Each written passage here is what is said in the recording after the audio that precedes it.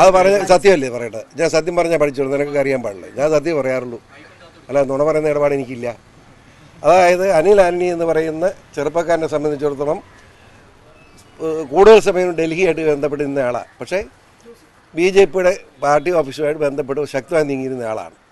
ഇതിനൊക്കെ അപ്പുറത്തായിട്ട് AK ആന്റണിയുടെ മകനാണ്. കേരളത്തിൽ ഞങ്ങളുടെ മുമ്പിൽ അനിൽ ആന്റണി എന്ന് പറഞ്ഞ് AK ആന്റണിയുടെ മകൻ എന്നുള്ള വലിയ അംഗീകാരമുണ്ട്, മനസ്സിലായില്ലേ? അപ്പോൾ പത്തനംതിട്ട പാർലമെൻറ്റ് നിയമനത്തിൽ അനിൽ ആന്റണി സ്ഥാനാർത്ഥിയായിട്ട് നിശ്ചയിച്ചിരിക്കുന്നു. അത് പാർട്ടി തീരുമാനം, BJPയുടെ തീരുമാനമാണ്.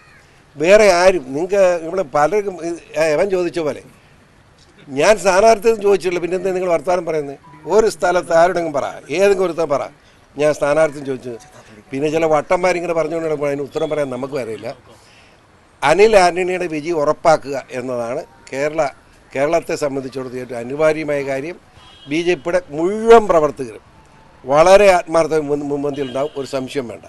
ഇവിടെ BJPയുടെ വൈസ് പ്രസിഡന്റ്